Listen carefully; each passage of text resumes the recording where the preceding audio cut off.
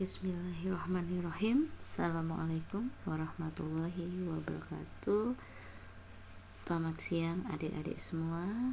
Hari ini kita melanjutkan perkuliahan fisiologi dan teknologi pasca panen untuk pertemuan ke-9.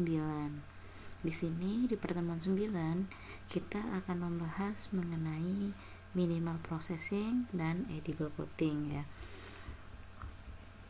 Oke, untuk pokok bahasan dan capaian pembelajaran dari perkuliahan hari ini, untuk pertemuan 9 ya, maaf itu typo, kita akan membahas minimal processing dan edible coating. Materi atau pokok bahasan yang akan kita bahas di pertemuan ke-9 ini terkait minimal processing kemudian edible coating ya, sesuai dengan judulnya. Nah, setelah adik-adik menyimak ya video penjelasan hari ini, capaian pembelajaran yang akan adik-adik dapatkan, yang pertama, nanti adik-adik akan memiliki pengetahuan terkait minimal processing. Jadi, ketika nanti adik-adik sudah menyimak ya video ini dari awal kemudian sampai akhir nanti, adik-adik akan tahu apa itu minimal processing. Kemudian adik-adik juga akan tahu ya, selain minimal processing, adik-adik akan tahu terkait dengan edible coating. Jadi minimal processing itu apa, edible coating itu apa, nanti akan adik-adik pahami ya setelah menyimak video ini. Jadi harapannya silahkan adik-adik ikuti atau simak video ini sampai akhir ya, agar capaian pembelajaran ini bisa dimiliki oleh adik-adik seperti itu. Oke.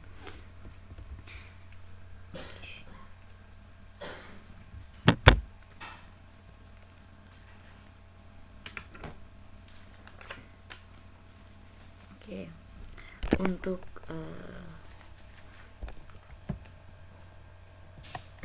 Untuk masa COVID ya, atau pasca COVID seperti saat ini, COVID seperti kemarin, tentunya isu terkait kesehatan itu sangat penting ya. Terlebih seperti saat ini ya, musim yang tak tentu gitu ya, banyak orang yang sakit gitu ya, meskipun COVID sudah sedikit menurun gitu ya daripada 2 tahun kemarin, tapi isu kesehatan sekarang juga menjadi cukup krusial ya.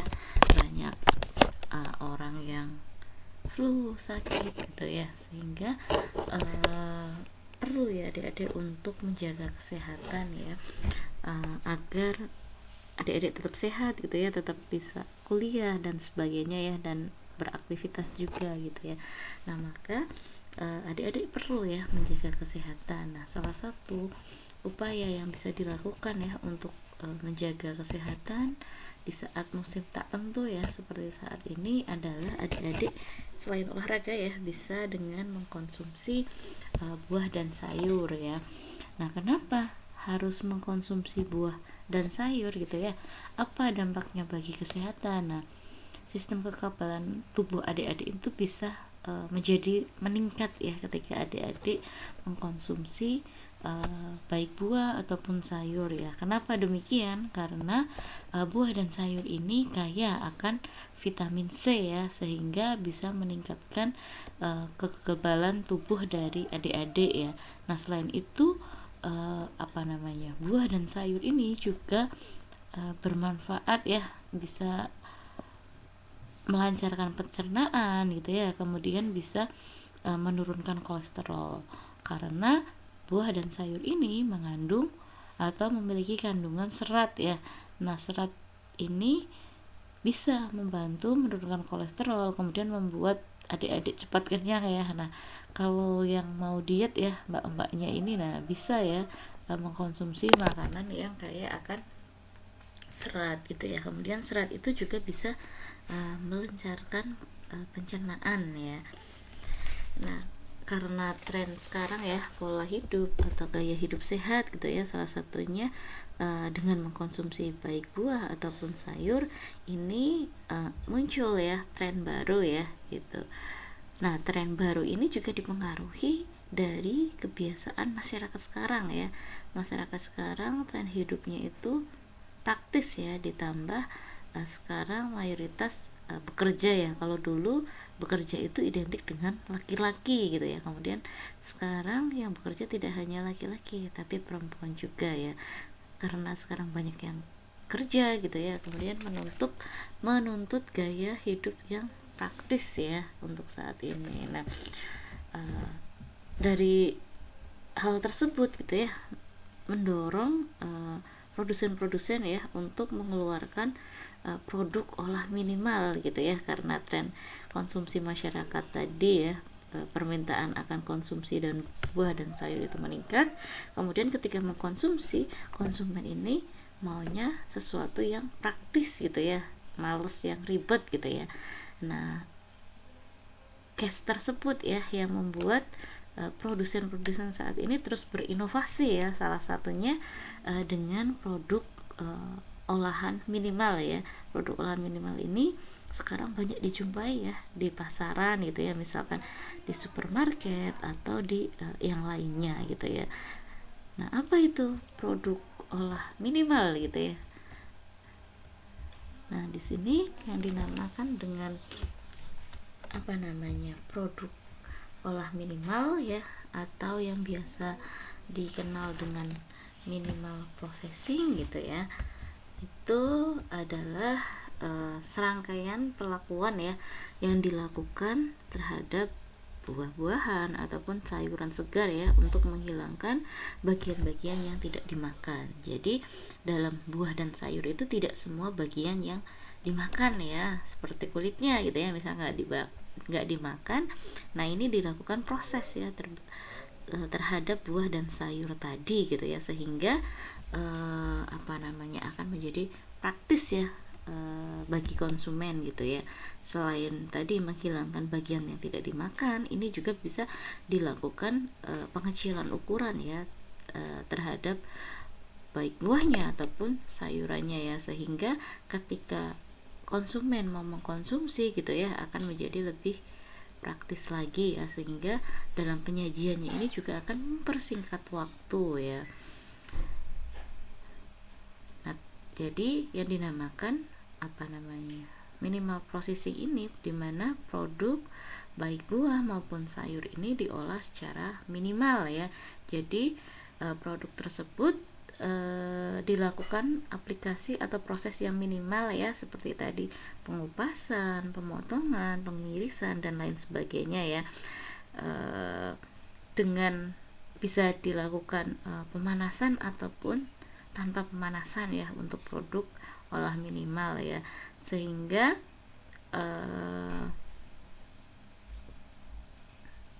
konsumen itu ketika akan menyantap gitu ya tadi menjadi lebih mudah gitu ya. Nah, dengan adanya perlakuan minimal ini ya, sehingga kesegaran buah ini bisa tetap terjaga ya. Namun proses pengolahan minimal ini tidak menginaktifkan mikroba ya adik-adik yang di dalam produk ya gitu. Nah, contohnya apa gitu ya untuk produk olahan minimal gitu ya, tentunya adik-adik sudah sering ya lihat di supermarket gitu ya kalau adik-adik belanja ya.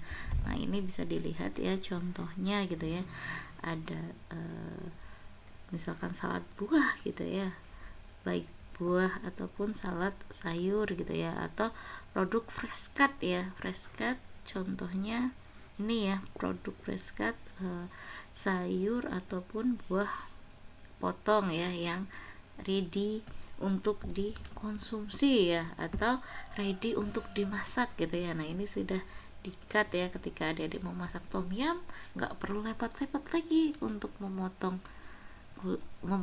sayurnya gitu ya, mengupas kulitnya gitu ya. Nah, ini sudah tersedia ya,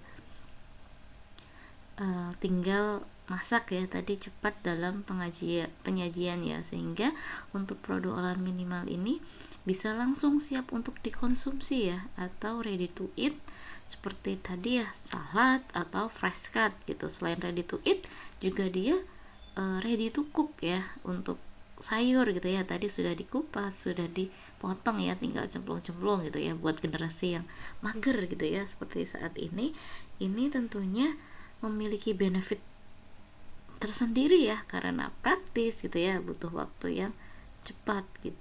Ditambah adik-adik ketika sekarang ya kuliah sudah mulai luring gitu ya, sudah banyak kegiatan lain juga gitu ya, selain kuliah ada praktikum, ada kegiatan hima gitu ya. Nah untuk produk-produk seperti ini ya cocok ya gitu untuk fresh cut ataupun ready to cook gitu ya, untuk mempersingkat waktu gitu ya.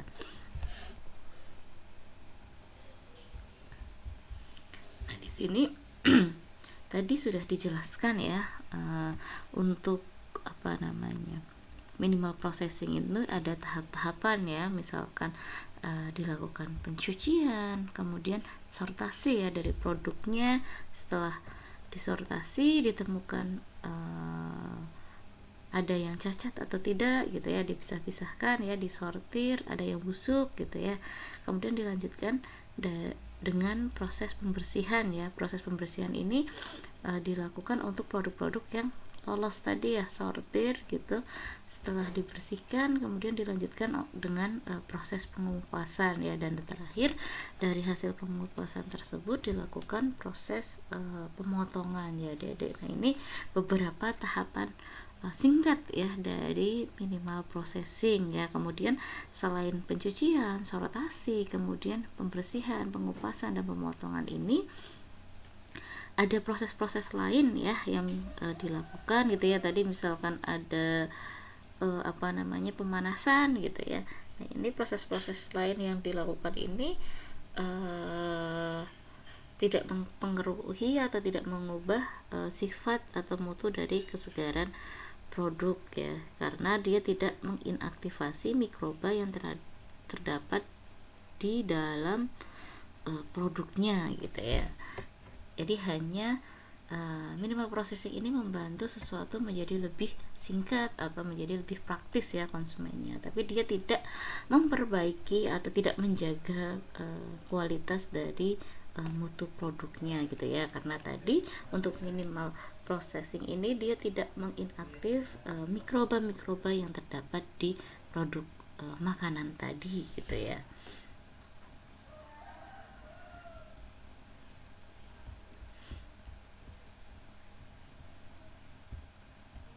Nah di sini bisa dilihat ya contoh dari metode minimal processing ya. Ada diagram alirnya ya. Pertama, buah dan sayur ini yang utuh disortasi ya.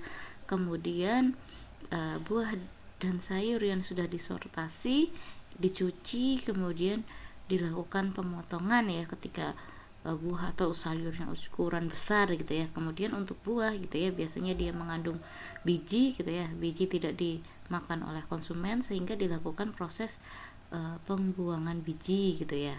Kemudian setelah itu dilakukan pengupasan kulit ya. Ketika tadi produknya ukurannya besar, kenapa kok tidak dikupas dulu tapi dipotong untuk mempermudah ketika proses pengupasan ya. Kemudian setelah pengupasan kulit ini dilakukan pengirisan tadi ya ke ukuran siap saji. Nah karena tadi produk atau proses minimal processing ini tidak menginaktivasi mikroba gitu ya, dia juga membutuhkan bantuan ya untuk memperpanjang atau menjaga kesegaran produk yang dilakukan minimal processing tadi. Nah upaya yang bisa dilakukan itu dengan pengemasan ya, MAP ya, modified atmosphere packaging. Kemudian dia juga bisa dibantu setelah dilakukan pengemasan tadi disimpan pada suhu yang dingin gitu ya, atau pada suhu yang rendah gitu ya. Nah penyimpanan pada suhu yang rendah ini dimaksudkan untuk menekan ya aktivitas respirasi kemudian metabolisme ya, sehingga proses penuaan pematangan itu bisa ditunda ya, sehingga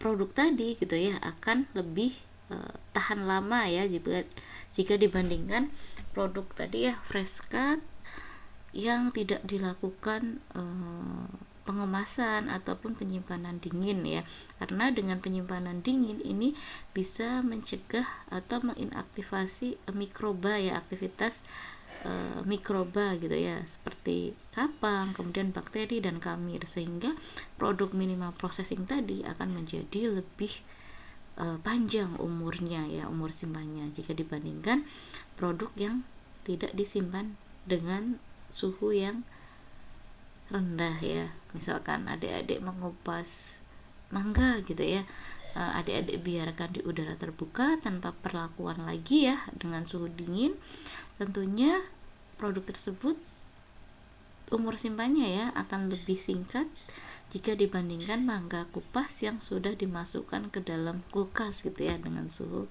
yang rendah. Nah, ini untuk minimal processing ya, adik-adik bisa dilihat terdapat atau memiliki beberapa kelebihan ya. Misalkan kemudahan ya dalam penyajian ya. Tadi produk minimal processing itu bisa berupa ready to eat atau ready to cook gitu ya. Kalau adik-adik mau makan buah gitu ya, sudah mengalami proses olah minimal yang adik-adik beli, jadi adik-adik bisa langsung siap santap ya, nggak perlu repot-repot ngupas, nyuci dan lain sebagainya ya. Kemudian untuk produk yang ready to cook gitu ya, adik-adik tidak perlu preparation dulu ya kalau mau masak, jadi bisa langsung masak ya, tinggal cemplung gitu ya. Nah tadi itu salah satu gambaran manfaat ya atau kelebihan dari proses minimal processing ya, kemudian dalam penyajian. Kemudian ketika sudah dilakukan minimal processing, tadi ada tahapnya ya, tahap sortasi ya, sehingga produk-produk yang dihasilkan dari proses olah minimal ini adalah produk-produk yang terjamin ya mutunya ya, karena sudah dipotong gitu ya. Jadi kita lihat potongan buahnya itu sudah dalam kualitas yang baik-baik semua gitu ya. Kalau adik-adik beli apel gitu ya, misalkan di toko gitu ya, masih bentuk utuh gitu, nah kita lihat tampilan luarnya itu bagus ya, tapi pas dibuka ternyata di dalamnya misalkan ya ada ulat dan lain sebagainya ya. Tapi ketika adik-adik melakukan minimal processing, adik-adik bisa melihat ya, oh ini buahnya masih bagus mutunya atau sudah jelek gitu. Jadi bisa terjamin mutunya gitu ya, karena kita sudah bisa melihat gitu ya. Kemudian ketika adik-adik nih ya, mahasiswa gitu ya, uang sakunya terbatas gitu ya. Nah ini salah satu juga keuntungan dari minimal processing ya, kalau adik-adik mau makan semangka gitu ya. Nah ini adik-adik tidak perlu beli semangka satu buah ya utuh gitu ya. Aduh pengen makan semangka, kalau beli semangka satu buah utuh misalkan 30.000 gitu ya, tapi uang saku adik-adik nggak nyampe nih, sehari nggak nyampe 30.000 gitu ya. Adik-adik bisa mengatasi dengan beli tadi ya buah potong yang ready to eat gitu ya, di supermarket. Misal ketika membeli buah potong harganya 7.000 ya, akan lebih terjangkau bagi adik-adik ya, walaupun volumenya lebih kecil gitu ya, karena tadi ya sudah dilakukan proses gitu ya, sehingga biayanya pun akan berbeda gitu ya harga jualnya. Tapi di sini adik-adik bisa makan semangka tanpa mengeluarkan uang 30.000 seperti itu. Nah ini tadi ya bisa mengeluarkan uangnya nggak perlu terlalu banyak ya kalau untuk kapasitas anak kos yang sekali makan gitu ya. Kemudian yang keempat, ini bisa memenuhi selera dan menghemat pengeluaran ya, tanpa beli banyak buah gitu ya. Karena tadi ya kalau fresh cut misalkan ada salad atau selain salad ada fresh cut yang buah ready to eat ya, itu ada yang satu jenis, ada yang mix ya. Jadi dalam satu wadah itu ada mix beberapa buah ya. Jadi ketika pengen makan beragam buah, adik-adik tidak perlu nih beli buah banyak gitu ya. Jadi beli satu kemasan fresh cut yang mix gitu ya, adik-adik bisa dapat berbagai rasa ya untuk buahnya gitu. Nah ini beberapa keuntungan yang didapatkan dari proses olah minimal gitu ya. Nah, selain punya keuntungan gitu ya, jadi kita tidak hanya melihat dari sisi positifnya ya, kita harus melihat dari dua sisi ya. Selain tadi ada sisi positif, kita juga harus melihat sisi negatifnya atau kekurangan dari proses minimal ini ya. Nah, karena buah ataupun sayur yang sudah dilakukan proses minimal ini sudah tadi ya dikupas gitu ya, dia akan mengalami penurunan kualitas yang cepat ya jika dibandingkan dengan produk yang masih utuh ya.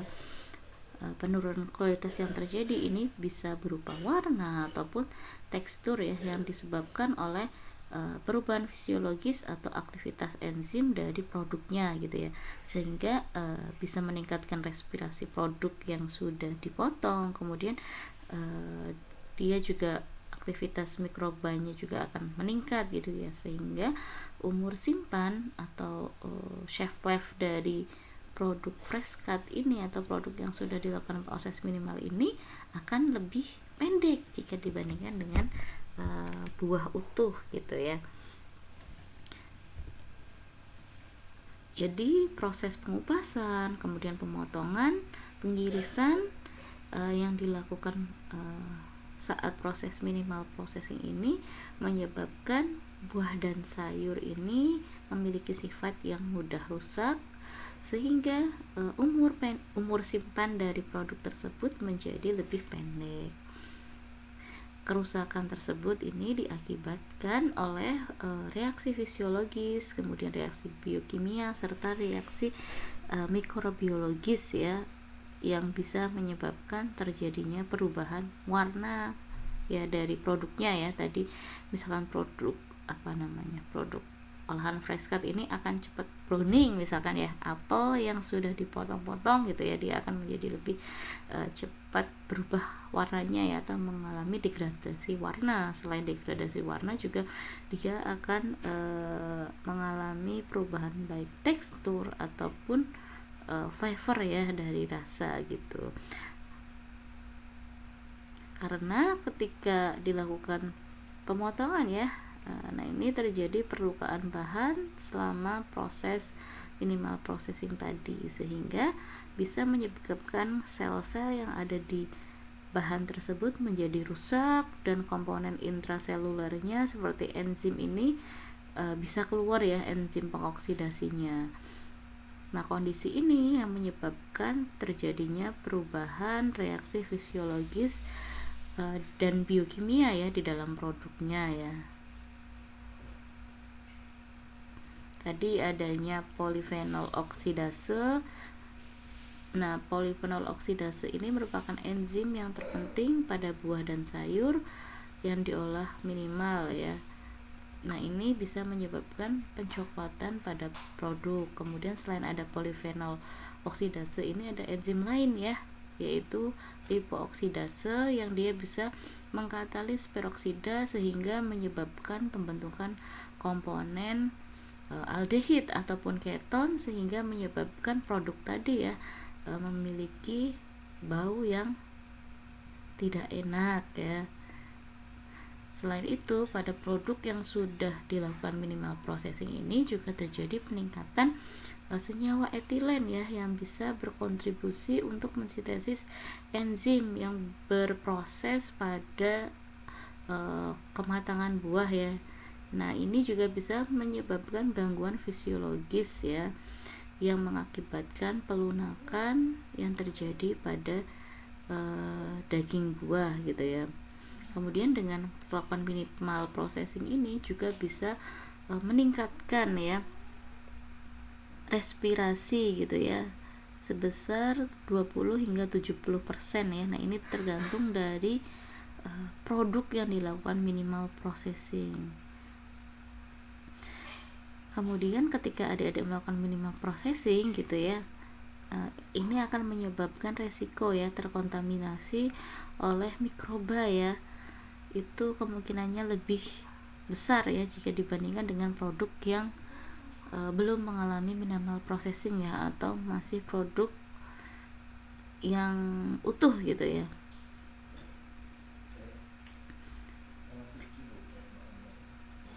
Kemudian untuk produk yang memiliki kandungan air ataupun AW yang tinggi ya, misalkan semangka gitu ya, produk ini bisa mendukung pertumbuhan mikroba ya, sehingga mikroba tadi membantu mempercepat ya proses pembusukan ya. Makanya ketika produk pertanian dengan kadar air yang lebih tinggi ini akan menjadi cepat rusak ya. Nah, karena produk produk minimal processing ini tidak semuanya mengalami proses pemanasan ya, sehingga ketika adik-adik melakukan minimal processing ini harus dipikirkan ya tadi upaya ya untuk menjaga atau memperpanjang umur simpan dari produk yang sudah dilakukan minimal processing ya. Tadi upayanya yang bisa dilakukan misalnya ya adik-adik melakukan penyimpanan produk gitu ya pada suhu yang rendah, karena tadi ketika suhu rendah beberapa enzimnya ini dia inaktif ya, sehingga umur simpan dari produk yang sudah dilakukan olah minimal ini akan menjadi lebih panjang ya umurnya. Nah, selain tadi penyimpanan pada suhu yang dingin gitu ya, ada solusi atau ada upaya ya yang bisa dilakukan gitu ya. Nah, apa itu gitu ya? Salah satunya adalah dengan melakukan edible coating ya. Mungkin adik-adik sudah pernah dengar ya apa itu edible coating gitu ya.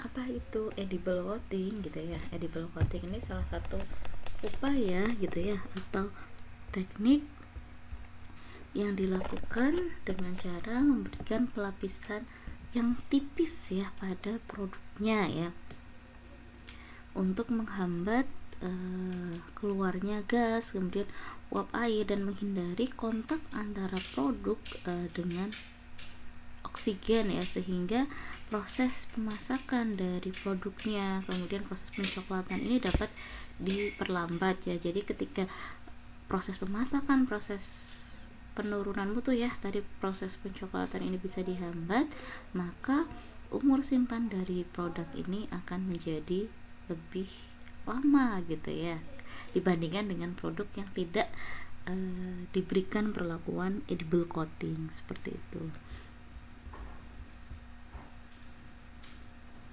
Nah, edible coating ini dia juga memiliki manfaat ya, sesuai dengan namanya gitu ya, edible gitu ya, berarti dia bisa untuk dimakan ya, dia merupakan permasalahan primer yang edible ya, atau dapat dimakan gitu ya. Nah, di sini bisa dilihat ya fungsi dari edible coating ya. Yang pertama, dia bisa melindungi atau menjadi penghalang ya berpindahnya masanya baik berupa kelembaban, oksigen, cahaya, lipid ataupun zat terlarut. Selain itu dia juga bisa menjadi barrier ya terhadap uap air gitu ya dan pertukaran gas. Kemudian dia bisa meningkatkan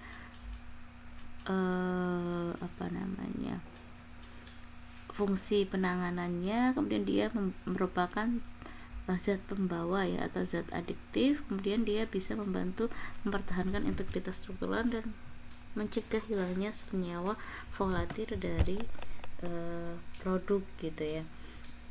Nah, ini contohnya bukan produk fresh cut ya, ini contohnya produk utuh ya, nggak apa-apa gitu ya.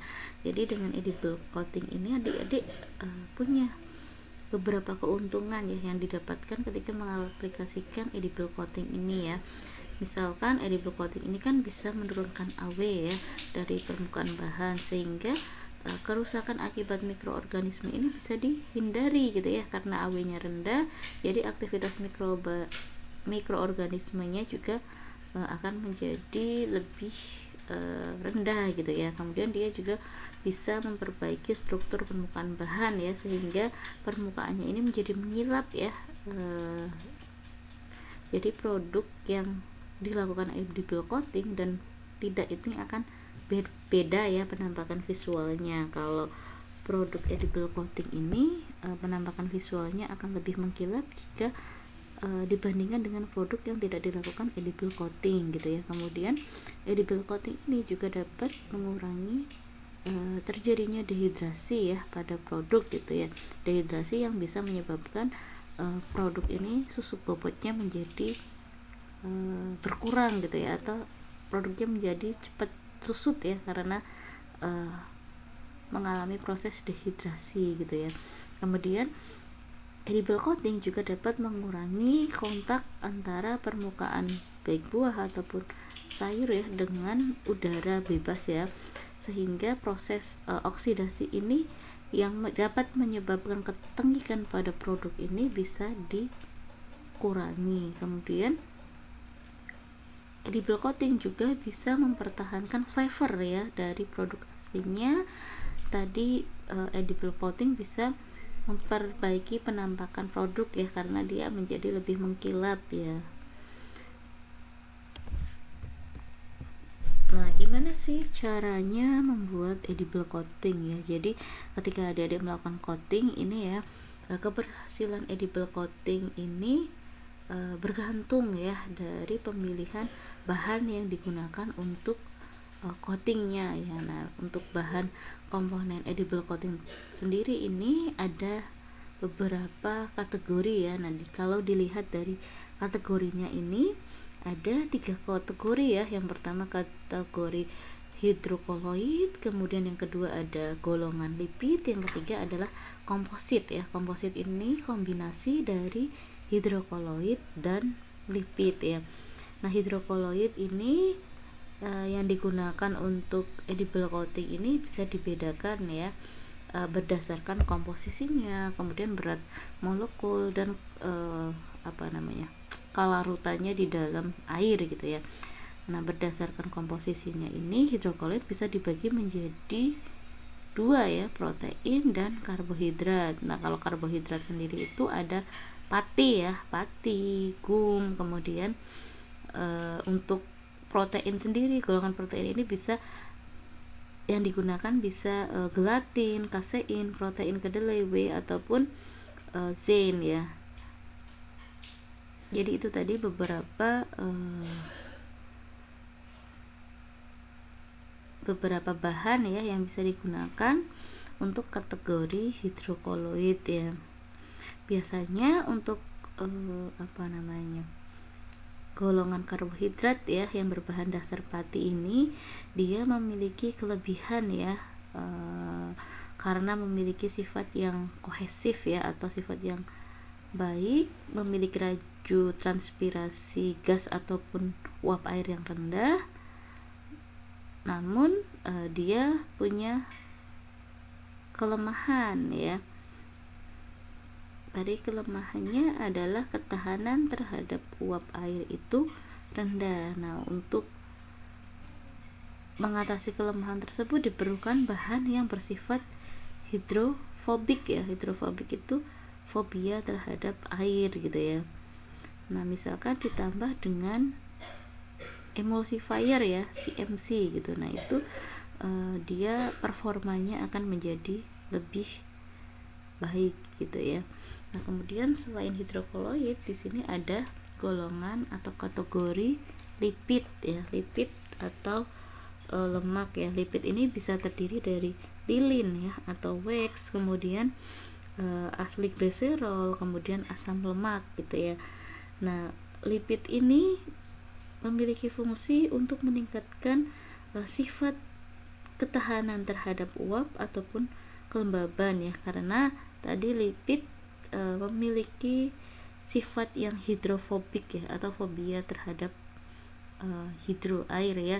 Jadi tadi ada hidrokoloid, dia kurang bisa menahan uap air ya. Kemudian ada yang menggunakan kategori lipid ya, sehingga untuk perfectnya ya ada kombinasi komposit ya atau campuran dari keduanya dengan hidrokoloid dan lipid ya. Nah, di sini adik-adik nanti bisa melihat nih beberapa contoh penelitian ya terkait coating di internet sudah sangat banyak ya.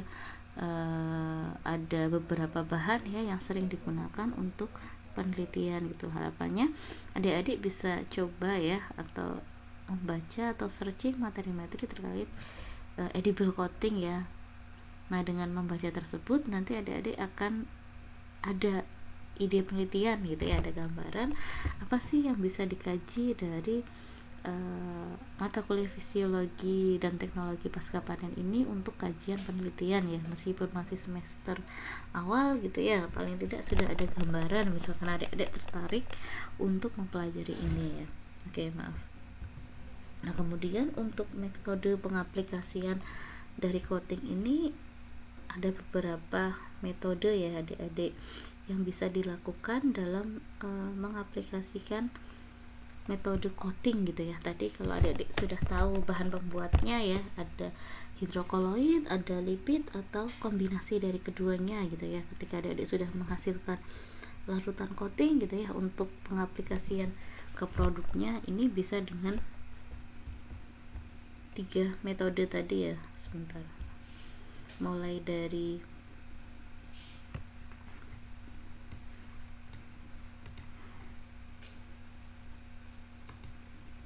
dipping gitu ya, ada metode spraying, dan yang terakhir ada brushing gitu ya. Nah, ini bisa dilihat gambarnya ya.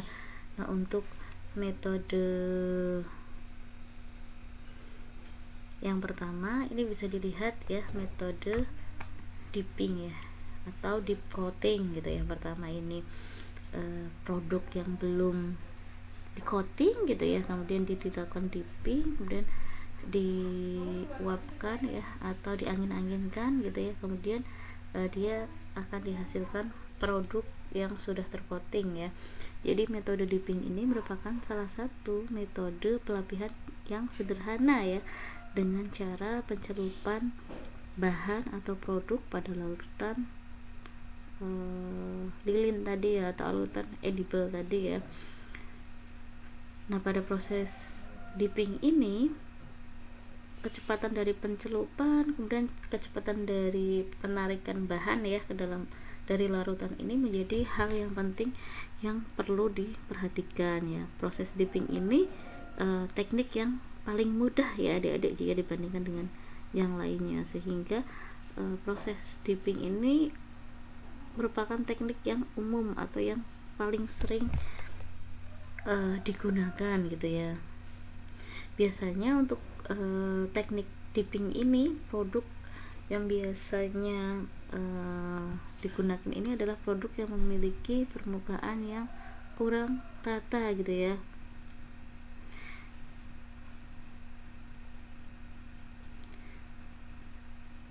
Misalkan tadi ya contohnya bisa apel. Kemudian untuk teknik yang kedua ini adalah teknik spray ya, atau penyemprotan gitu ya.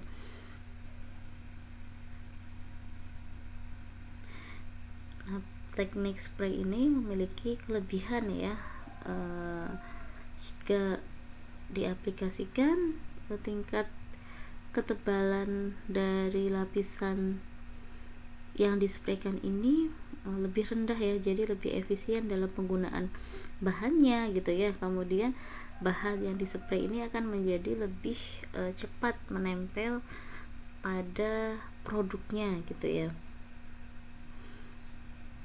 karena dia disemprotkan kan ya, sehingga dari penyemprotan itu akan memiliki atau menghasilkan lapisan ya yang lebih tipis, kemudian dia juga akan lebih seragam ya jika dibandingkan dengan teknik dipping tadi gitu ya.